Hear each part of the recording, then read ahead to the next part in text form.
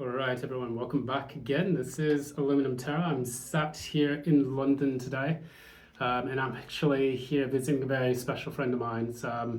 A friend of mine who's known by the name of Mapi. She has a very nice shop here, Mapi's Tarot, and she does this at Alfie's Antique Market, which is based in Marylebone.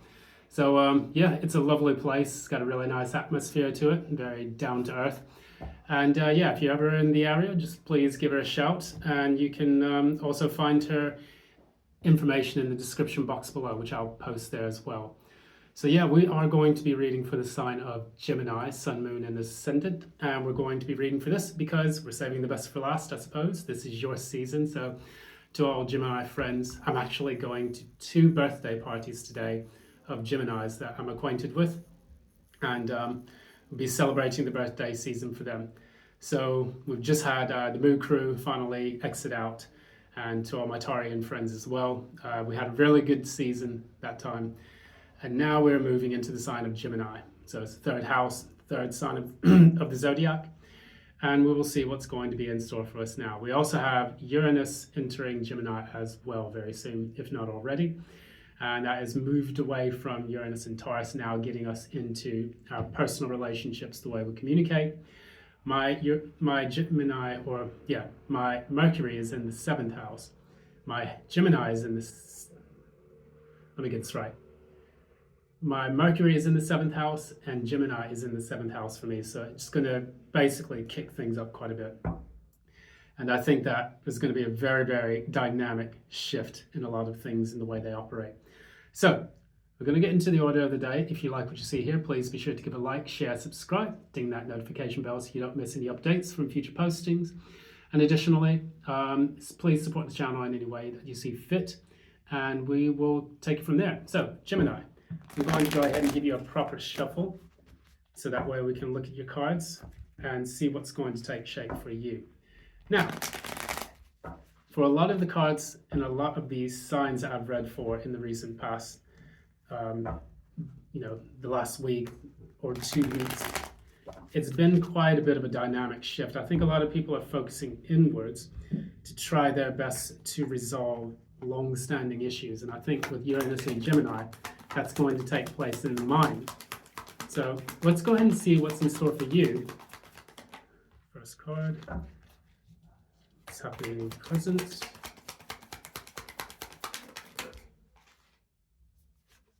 And what's taking place in the near future.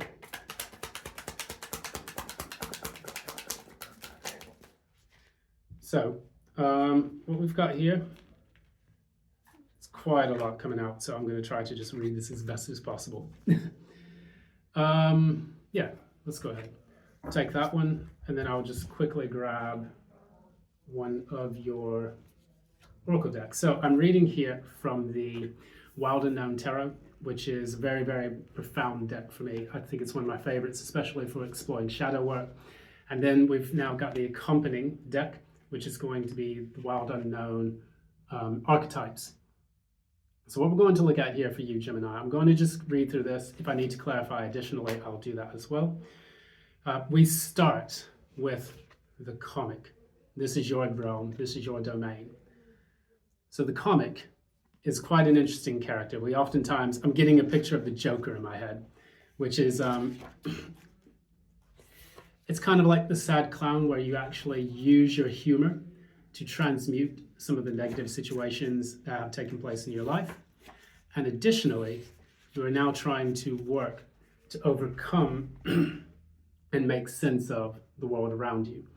So I'll read the definition here as it appears within the archetypes deck. So that way I understand it and I can learn from it. And additionally, you can get the full understanding of the meaning. So we talk about the comet, which carries a remedy for all that ails this world. This is what we were just speaking about. Amid the deepest pain and suffering, there is always the potential to lift up and out of the darkness through laughter. Though dismissed by some as lowbrow or unsophisticated, this archetype actually has a highly advanced mind. Some may use this word genius, as humor requires one to see the situation from afar rather than to be swept away by the drama. The comic sees and accepts the messiness of life using it as material to be mixed and shaped into a potion to soothe the stressed and serious mind. They literally lighten us up. Thus, within the comic is usually the sage or the magician, working healing magic upon any audience who will lend an ear. The comic may be the archetype that heals the deep division in our world, one pun at a time. So, in doing this, we're now starting to see that we are looking towards using our humor to make sense of a sad world. So being happy no matter what takes place around you. Using an alchemic process to actually reshape the meaning of different things that have been traumatic for many people. And some of the best comics have gone through absolute hell and gone through hell and back in order to gain the material, to make sense of the world, and to entertain their audiences. But that's how we teach. That's also a very Sagittarian card as well. But Gemini is actually a master of humor as well. So when we start your reading, we're going to look at the cards and then we'll come back to the main meaning from the archetypes. Clarify the page of Pentacles in the reverse. So we have, starting out, the Page of Pentacles in the reverse. And I hope we can see the cards here. Maybe I'll move the lighting a little bit. When we have the Page of Pentacles in the reverse, this can talk about being sometimes a bit messy, not being able to look at the details. Sometimes the devil can be in the details. But with this, I see you going within and learning a bit about matters at heart, and also trying to make sense internally of what's taking place. I was just speaking to my teacher, Mapi, that, she, sometimes when we read cards, we don't necessarily read them as a negative. We read them as an internal process as well, depending on how they're reshaped within the spread that you pull. So with this, I look at the Daughter of Pentacles, that's the Page of Pentacles in the reverse. You're going within to start to learn specific truths, specific pragmatic things that you need to start to set off to do. And then you also have, clarifying that, is the Seven of Swords. Seven of Swords is about strategy. Sometimes, if we were to read this in a negative sense, we would say someone is sabotaging, their ability to learn new things, to be able to perform well at work, or to learn how to make specific changes in their life that were essential. In this, I get the impression, though, that you're strategizing on how you're going to start to look at things differently in your life. Perhaps, maybe there are some habits that you want to kick, smoking, codependency, things of that nature, that may be blocking your progress. But now you're trying to look at it in the sense that I want to take the first steps to be able to overcome these issues. And by doing this, I'm going to have to go within rather than without in order for this to take place. Oftentimes with Geminis, they may vacillate back and forth between what they should do and what is distracting them on the outside, because they're very connected to their environments, very sensitive in that nature, and communication for them is important. It's the cornerstone of their essence. So we have there's this. This is the Page of Swords as well, clarifying that. So you have two pages. Normally pages also initiate things and allow us to start with the process of a particular element. Page of Pentacles would be starting the process of learning something practical and new. And then also the Page of Swords in the reverse would also be about the mind, the intellect. So whatever it is, you're strategizing to try to make sure that you can bring into light something that is going to be essential for your growth and development. Moving forward into the energy that we have now, we look into this and we see we have two fathers, two masters of something. So we have the Father of Wands, which is the King of Wands, and then that's clarified by the King of Cups in the reverse. I feel like for you, this is not a time for you to be emotional about things. It's time for you to take action decisively, and then after that, start to spring forward so that you can get things done. If you are behind on work It's time for you to get your nose to the grindstone and actually make things happen. If you're dealing with relationship issues, it's important for you to go into, the heart of the matter, resolve the problem, and then move forward. Otherwise, it's not going to be worth your time. And I think also it's a time for you to be the CEO of your own life. That's typically the card that I like to pull when I tell people to kind of boss up and take back control that they feel has been removed or from their own lives. So in doing this, you're giving yourself the chance to actually be proactive. And in that proactivity, that is when you will find the best results. Clarify the present energy one more time. Clarify the present energy one more time. We have the star in the reverse. Things are not really clear to you at this point. It's not that they seem hopeless, but it is almost like they seem rudderless. That's the word that's coming to me at this point. When people feel rudderless, it feels like they don't have a specific direction that they want to go in, but you're now starting to take control by looking inward, strategizing, and then taking action here. So by doing so, you may be able to write this star in the reverse and give yourself guidance. That's going to help you out tremendously, but it's going to be important that you take those steps first in order for that to happen. Be careful also that when you take these steps, you're not feeling automated in the whole process.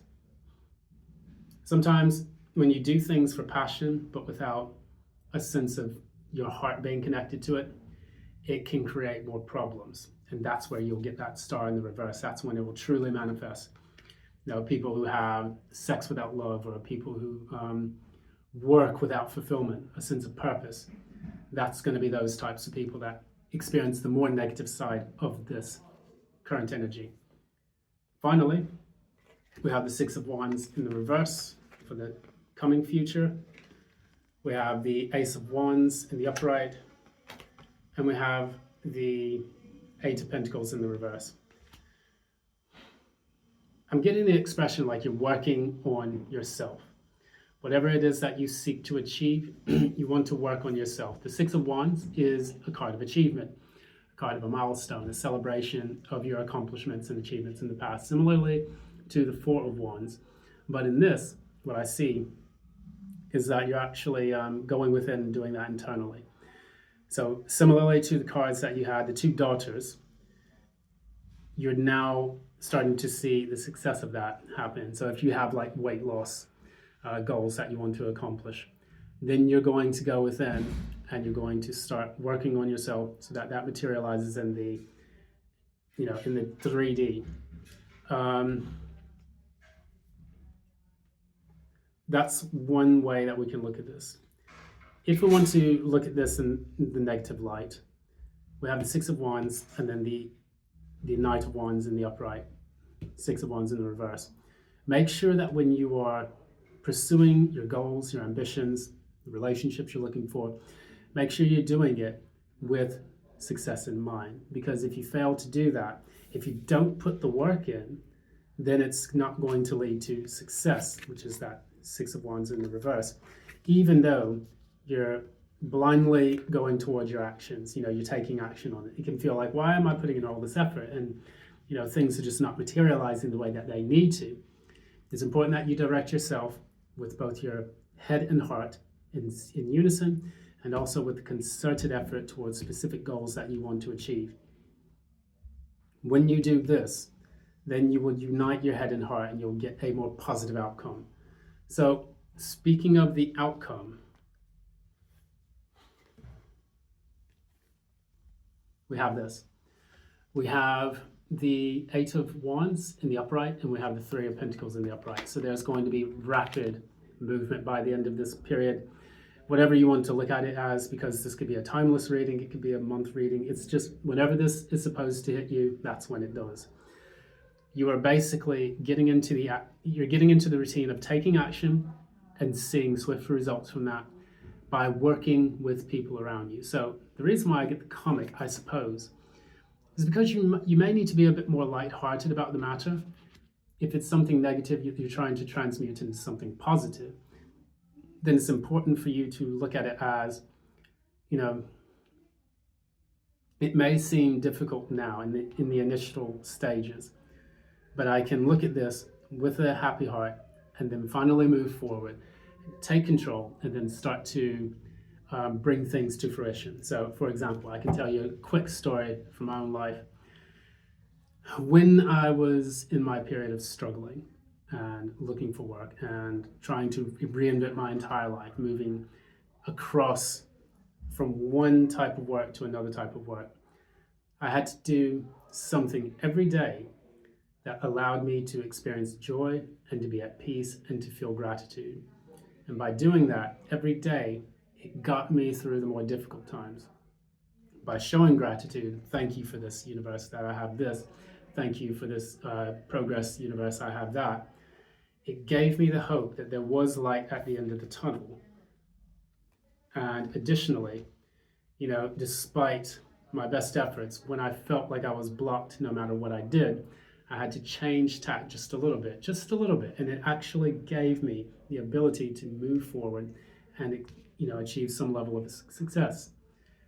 And by doing this, I think for you, Gemini, you know, you will have the best outcome if you focus precisely on what it is that you're trying to achieve. Use an empirical mind, making sure that you have verifiable results. Be very scientific with your progress. And then that is when you will be able to make the most of this whole situation. So I'm going to wrap it up. I'm going to keep it short, but I want to wish a happy birthday to all of my Gemini friends. And you social butterflies, have a lovely bank holiday. And then additionally, always keep it light and fluffy, as you always do, my dear Geminis. Take care, and until next time, love and light.